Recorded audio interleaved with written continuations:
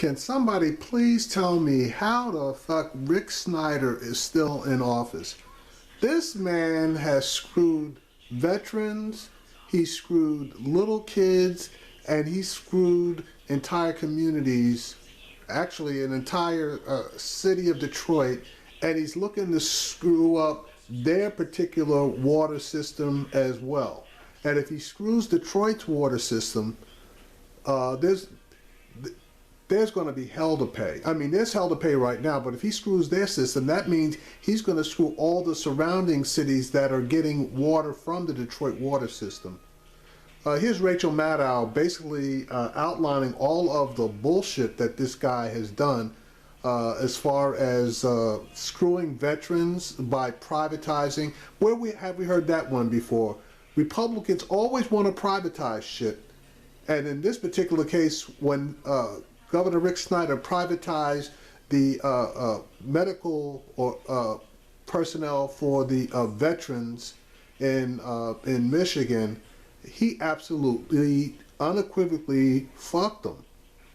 Then his emergency manager took over operation of the Detroit schools, and granted, the Detroit schools at the time the emergency manager was placed over them, the schools were solvent, and now the schools are basically on the doorstep of bankruptcy. And that bullshit, the emergency manager Darnell Early has resigned from his position, claiming that everything is okay, so he's leaving. That's bullshit. That guy, you're not going to be able to find that guy shortly, because he's going to be up under so many criminal investigations. And then finally, they're getting to run oil under in 100-year-old pipes that were laid in, I believe, 1916 or 1918. What kind of problems are going to occur when they run oil through those pipes, especially as old as they are, and they run the pipes right past the water intake for the city of Michigan's all of their water needs? So this is all under Rick Snyder. Here's Rachel Maddow, and she's basically blowing the whistle on this guy. But they need to arrest this guy as soon as possible. This is a story that I think it's worth sitting down for. If you're watching me on DVR or on podcast, just hit pause, go grab something to drink, put your feet up, just watch this story. Go with me here. All right. It starts someplace pretty solemn, actually. One of the most solemn, sacred responsibilities of government is taking care of veterans.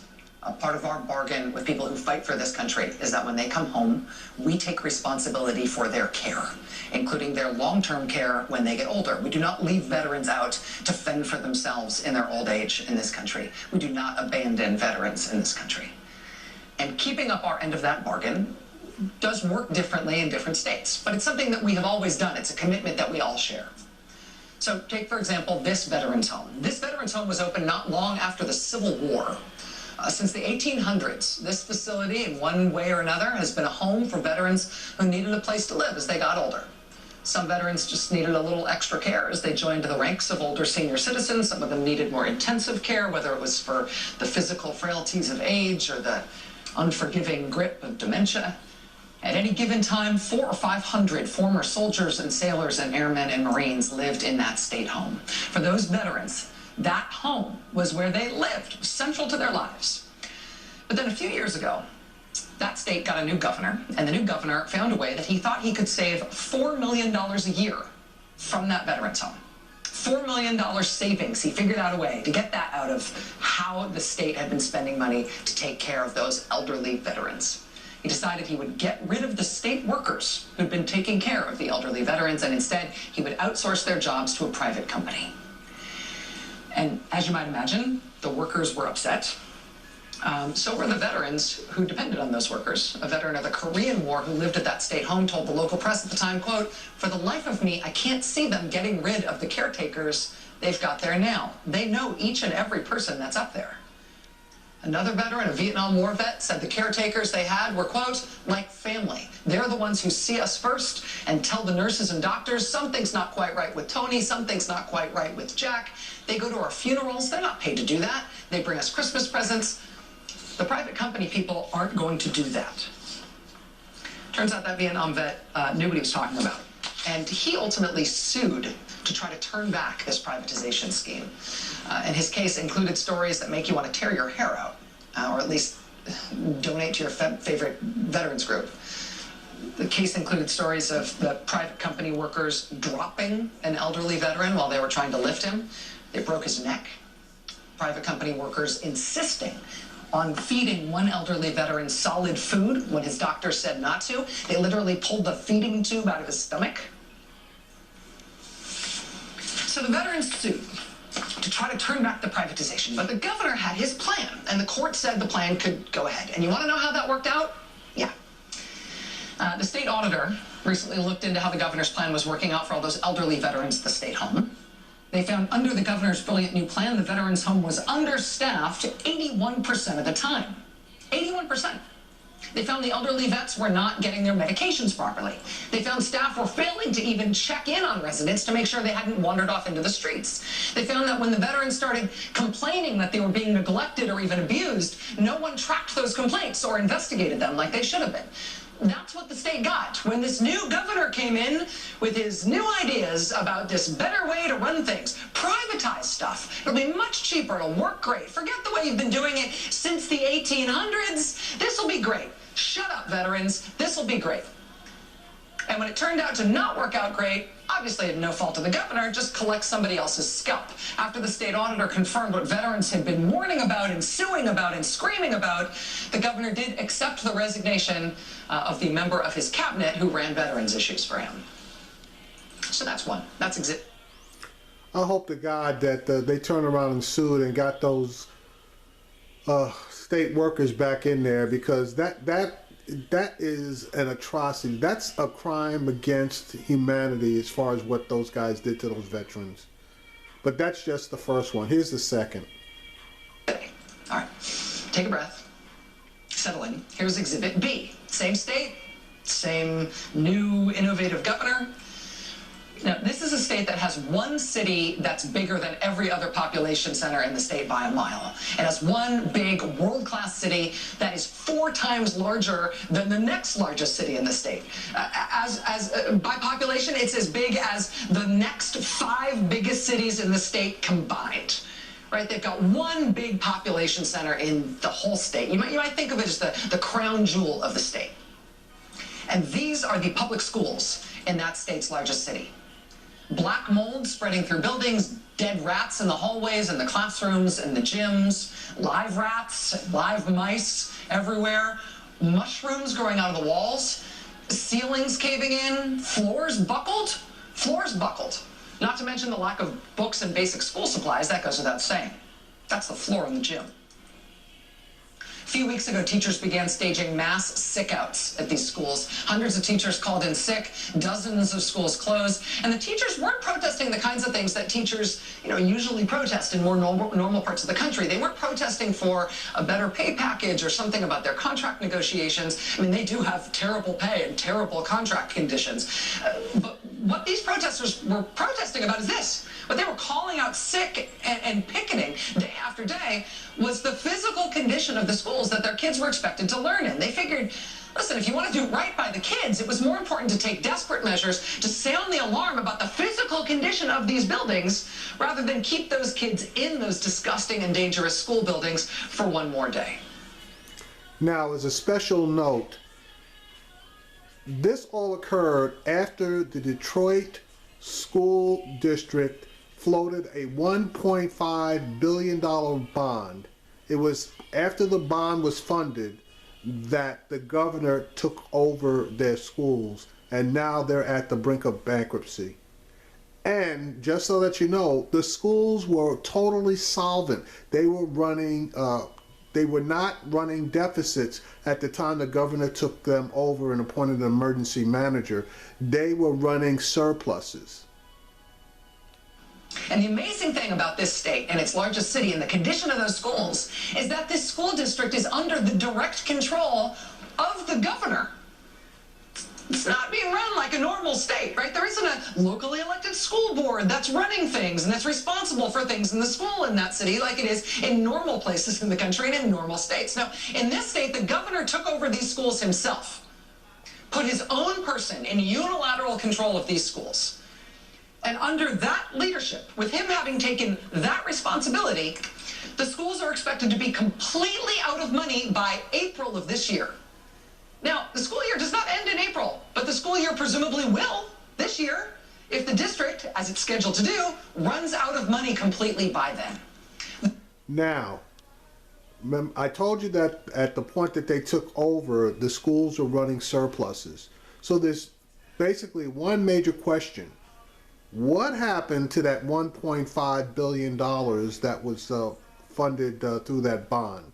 Now, the reason the schools are running deficit at this point is because the parents of students saw the schools going downhill, and basically they moved and took their kids out of the Detroit school district. So with less students in there was less money coming in, obviously, and the surpluses started turning into deficits. But there's still the question of that $1.5 billion, and I'm still researching to try to find out where that money went. Now, as far as I could tell, quite a bit of that money went out to private contractors that were supposed to perform certain services at well-inflated prices, and those services have not been rendered at this point.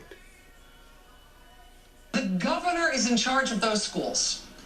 That governor put an emergency manager in charge of those schools to run it for him. That manager resigned from the job last month, saying there was no reason for him to stay because he had finished his job ahead of schedule.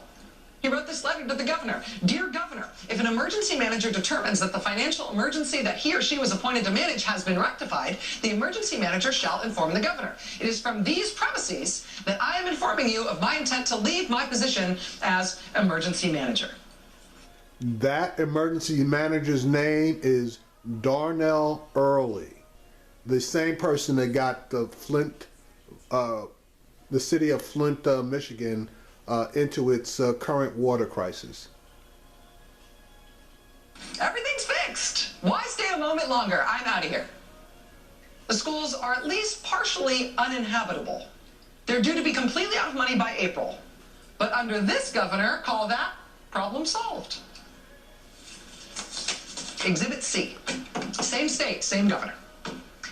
In December, the FBI unsealed a 5-count indictment against an official in a new agency this governor created to cut through all that terrible government bureaucracy and run schools in a new, efficient, streamlined way, the governor's way.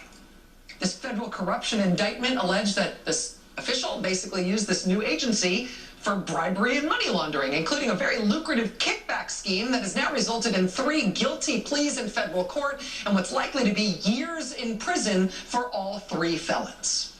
It's Exhibit C. Here's a new one, Exhibit D, same state, same governor. See why I told you to grab a pot and put your feet up for this one? This is astonishing. This is all the same state. This is all the same governor. And it's all happening right now. Here's Exhibit D. Do you remember that oil spill last year on the California coast? Pipeline near Santa Barbara sprang a leak. Nobody noticed for a whole bunch of hours. And that pipe, it turned out to everybody's surprise, that pipe did not have an automatic shutoff. Or at least it didn't have one that worked. And by the time they finally manually shut it off, tens and tens of thousands of gallons of crude oil had spilled out into an absolutely pristine, ecologically sensitive beach. The company that did that, they own pipelines all over the country, including pipelines under this river, in the same state where our innovative governor has had so much on his hands recently.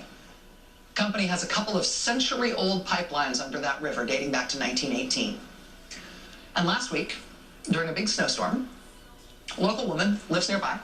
She was stuck at home because of the snowstorm, and she was Googling around, noodling around online, and she stumbled upon this in the Federal Registry. It's a request by that pipeline company for permission to start pumping crude oil through those century-old pipes that run under that river. The company company had said the company says that they had been given permission to do that, to use those pipes for that kind of purpose. Way back in the day, way back when they built the pipeline in 1918. So now it's 98 years down the road, and they're just checking, hey, do we still have that permission? We still good to use that pipe for crude oil? What do you think, local residents? You good with a 98-year-old pipe being started up as a crude oil pipeline under your river? I mean, construction standards were great in 1918. I'm sure it will be fine. What could have happened since then? Don't think of it as old. Think of it as vintage. Think of it more like an antique pipeline. The public had 30 days to comment on this rather amazing request concerning this antique pipeline under their river. That pipeline, I should tell you, it runs under that river just immediately upstream of the drinking water intake for the state's largest city. Okay, does anybody have any objections? Well, here's the thing about that. Apparently nobody has any objections because nobody heard about the public comment period. Nobody noticed. By the time anybody noticed what this pipeline company was asking to do, the window for public comment had closed.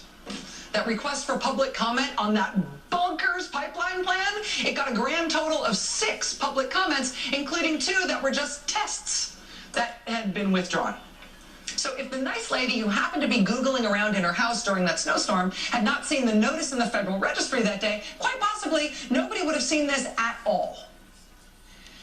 And that is a federal issue, right? That's a federal public comment period because pipelines are something that are regulated by the federal government. But you know what? If there was a federal review going on of the prospect of running crude oil through a 100-year-old pipe directly upstream from the drinking water intake for your state's largest city, don't you think somebody in the state might have noticed that?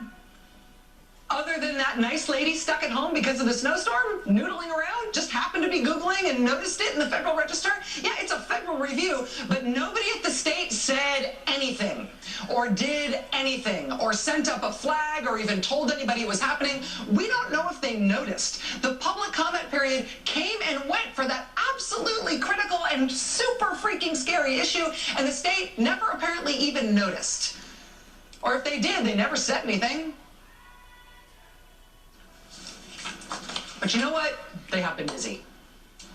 Because this state, obviously, is Michigan, and the governor of this state is Rick Snyder, and he's busy right now with the consequences of having lead poisoned the population of Michigan's 7th largest city through another one of his innovation ideas.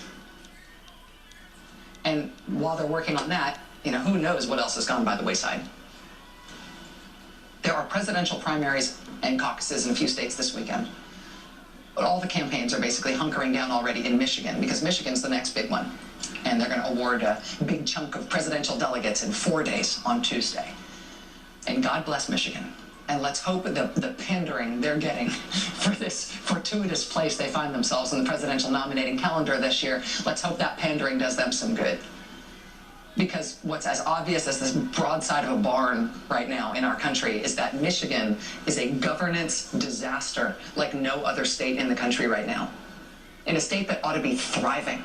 Think of it, right? With its federally bailed out and revived auto industry, the envy of the world, the biggest and best automakers in the world. You'd think that Michigan would be kind of cruising right now, right? Instead, Michigan is reeling under government-caused disaster after government-caused disaster. It's not like Michigan keeps stumbling into accidents. These are all self-inflicted by the state government. And I know our political debates in this country have to be about something. And one day we will wake up and find out they're about this, and how to stop it, and who should pay.